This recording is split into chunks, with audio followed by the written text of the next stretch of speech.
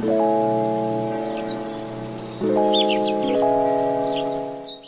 know that nervous feeling you get when you're going on a date? The butterflies mixed with anticipation over whether or not they will like the way you did your hair, the stylish clothes you're wearing, or your personality.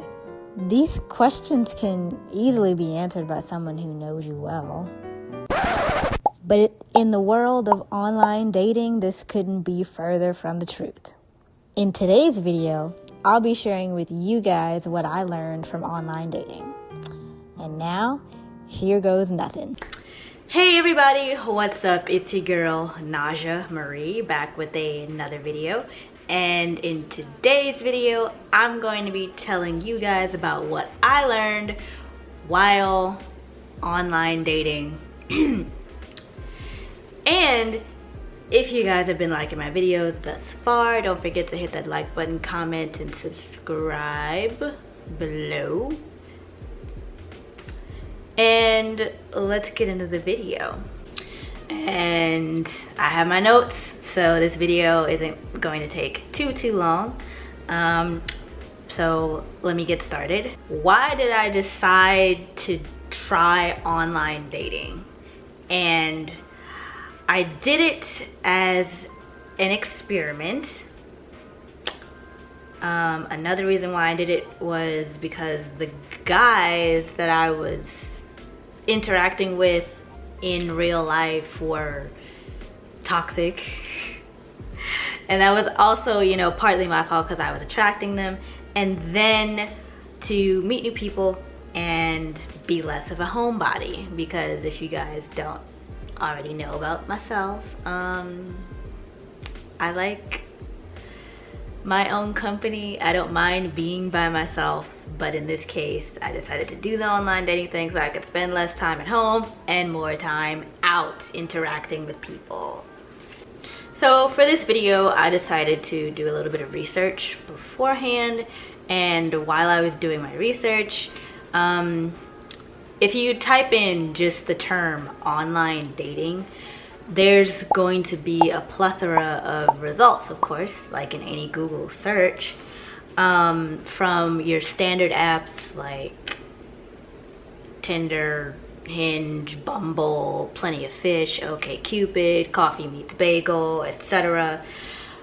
But then I also came across plenty of articles that not only like gave you dating advice on how to do better or how to be better at online dating, but then also the interesting phenomena of how technology and online dating is affecting the way we as people relate to each other, and how online dating is like the end of humanity, and like the way that we socialize and talk to each other and relate to each other. Now let's get to my experience with online dating. I used 3 apps in total over the course of 2 months, and those apps were, I believe they were Tinder, Bumble, and Hinge. So I used those 3 over the course of 2 months for my experiment. Out of the 2 months that I used those apps, I only actually got 1 date. Wow. So now I'm going to share with you guys like the pros and cons for me when it came to online dating. And my pros were that I got to meet new people. I got to see dating through the straight male perspective. I got out of the house more, so I wasn't so much of a homebody. I got more dating experience. I was like figuring out what I liked and what I didn't like when it came to interacting with men in general. I also learned that boundaries are extremely important when it comes to dating as well. I enjoyed having the ability to control who I got to spend my time with. I also learned how exciting and freeing it was to actually have a roster. I mean, this isn't necessarily like a part of my channel, but if you guys want a video on keeping a roster, let me know in the comments below. And to be honest, like I'm still learning how that works anyway. So, oh my god, is it raining? Oh my god, my face is gonna melt. My cons for dating: you have to put in a large amount of effort for very little reward. So with these apps, you're constantly swiping, messaging, and like talking to other guys, straight guys, through these apps. So you're constantly like swiping and you're messaging guys, and like you're starting conversations with a bunch of different men, and you can't keep up with all of these men that you're having conversations with. So some of those conversations just like fall to the wayside, and you forget about these guys because you're having a conversation with another guy who's piqued your interest. Another thing that I learned while doing this whole online dating thing is that whether you are dating online or in actual life, like meeting people in real life, and if you are a straight female such as myself, that playboys, scrubs, and predators are more abundant online. And I believe that is because with online dating, you don't have to show who you really are. Catfishing is a thing. It's been a thing for the past few years now.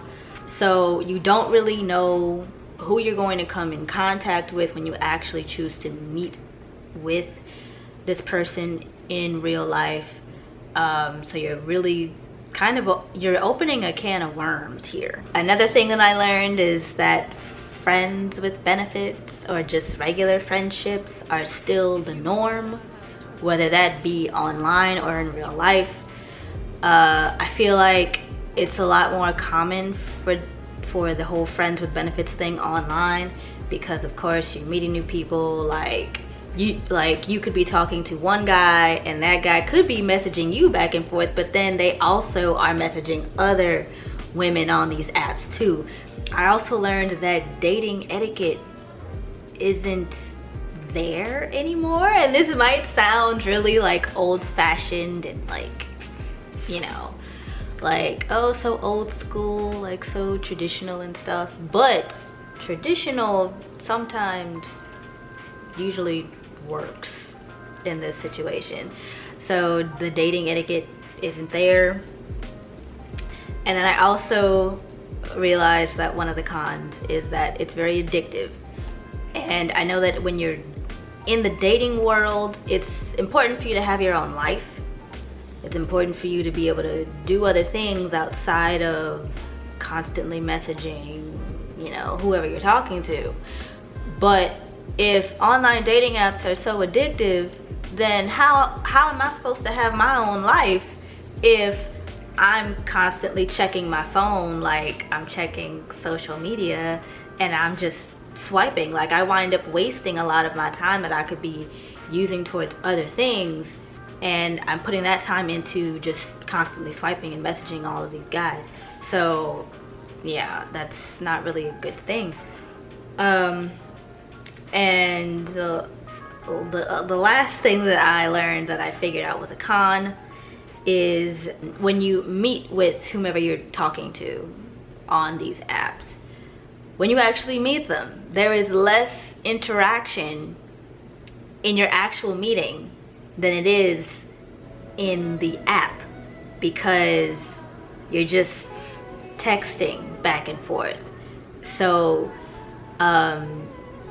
there's this level of,